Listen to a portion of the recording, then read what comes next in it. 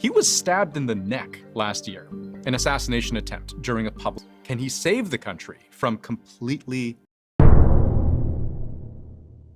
혼돈의 시기가 지나고 대한민국을 이끌 새로운 리더가 선출되었습니다. 그 과정을 누구보다 관심 있게 지켜봤다는 캐나다 공영방송 CBC의 한국 특파원 루이스 챙 기자는 이렇게 묻습니다. 과연 이번 대선 결과가 위기에 빠진 한국을 구할 수 있을까라고 말이죠. 한국에 거주하며 여러 이슈를 심도 깊게 다룬 탐사 보도로 주목받아온 그가 치열한 선거전 뒤에 남겨진 현실과 앞으로의 도전에 대해 입을 열었습니다. 영상으로 함께 보시죠. I want to show you a picture that tells you everything you need to know about South Korean politics right now and the election they've just had. This is Lee Jae-myung, fresh off his big election night win, his opposition party victorious. He seems happy enough, but he is also aware in this moment that his enemies want him dead. The glass in front of him is bulletproof. In other photos, we've seen he's taken to wearing a protective vest under his jacket, and his security detail regularly flanked on either side by men with briefcases. Those are ballistic briefcases. They're like armor, tough enough to stop bullets, and they can expand into a kind of multi-panel shield when needed. If you're a Canadian like me, this seems extreme. But South Korea is a country in political crisis. It's rotated now through 5 presidents in 5 months.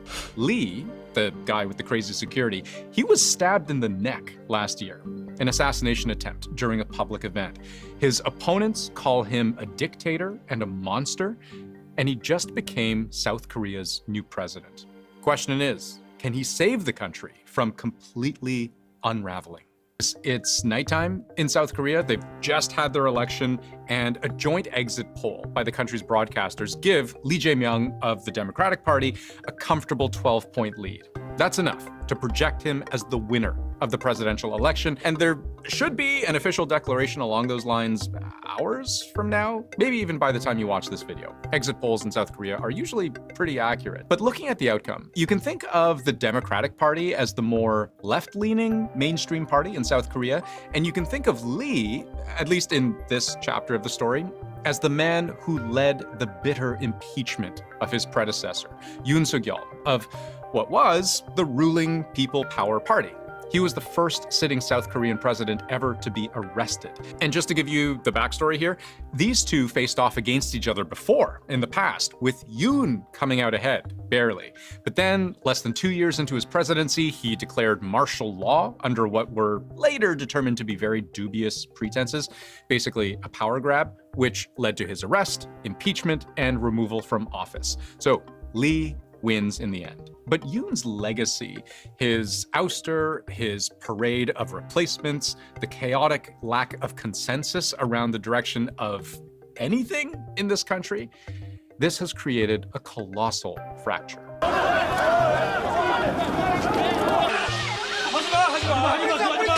South Korea has been without a leader for 6 months. The last 6 months have been unprecedented and chaotic, even in the tumultuous South Korean sort of political history. For many, many months now, South Koreans have been angry at their leaders, and not just the ones who get arrested and impeached.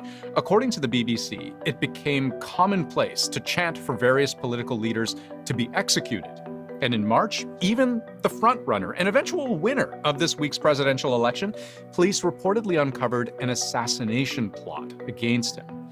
As one writer put it, and I'm just going to read this whole thing because there's a lot here, political polarization has reached extreme levels. Social media feeds are filled with conspiracy theories, disinformation, and personalized attacks.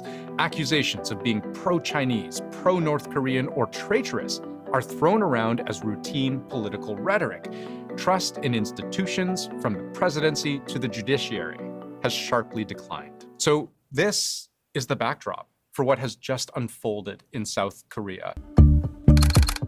At this point, I should at least mention the second place candidate in this election, Kim Moon-soo of the People Power Party. Yes, the same People Power Party, formerly under the leadership of disgraced President Yoon Suk-yeol. Kim's challenge was always going to be whether he could adequately distance himself and his party from the catastrophic mess of its former leader.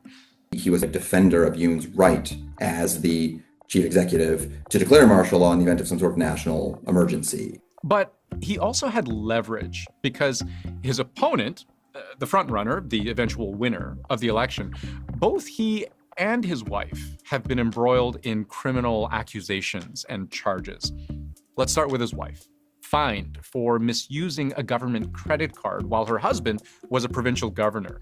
It became fodder for jokes on Saturday Night Live Korea, with the wife of Lee's main opponent slamming Lee's wife for mishandling taxpayer money. And this notion of spouse risk is real enough in South Korean politics that the People Power Party even proposed a wives debate with ethics as a major topic of discussion. And it's really no holds barred, and you're going to dig up whatever dirt you can on the other candidate. So the opposition, whether you're conservative or progressive, are really trying to hunt for something they can use to bring you down politically. And looking at wives and also children have been a liability as well, too. But Lee himself has been accused of a more serious crime, electoral fraud, linked to allegedly false statements made during the last presidential election in 2022. I won't get into that, but that case and ongoing corruption investigations have swirled around Lee throughout the entire run-up to his election night victory, and his opponents say this man cannot be trusted. Lee dismisses all of this, just partisan mudslinging, and what has undoubtedly helped him is that a series of retrials and appeals had all been pushed off until after the election. South Korea's domestic political chaos just could not have come at a worse time. Its sworn enemy, nuclear-armed North Korea. They spent months last year exchanging balloons filled with trash and propaganda. Kim Jong-un has found a powerful ally in Vladimir Putin, sending troops to the front line of Russia's war with Ukraine. There's also the challenge of managing a frosty relationship with China, maybe as precarious as managing an unpredictable relationship with the US.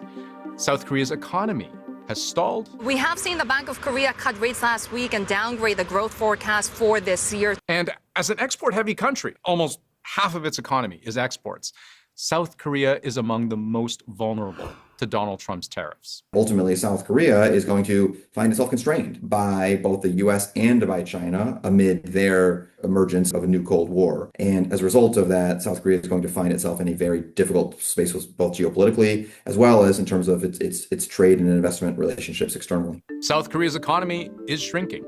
Its birth rate is among the lowest in the world. Its suicide rate among the highest. And there is no real transition period for the new president. It's because the previous president was impeached that they don't get the benefit of that transition. This is a very unique election because Lee takes office within. It's going to be difficult. He's going to have to essentially fix the plane while flying it midair. But he has one thing going for him. For the first time in a long time, his party now has control of both the legislature and the presidency. That's control. So, yes, quite possibly, the hardest job Lee Jae-myung has ever had starts now. But nobody knows where this story is going to go next. 여러분께서는 오늘 영상 어떻게 보셨는지요? 이번 영상도 흥미로우셨다면 좋아요와 구독 부탁드리겠습니다. 항상 함께 해주시는 구독자, 시청자 여러분 감사합니다.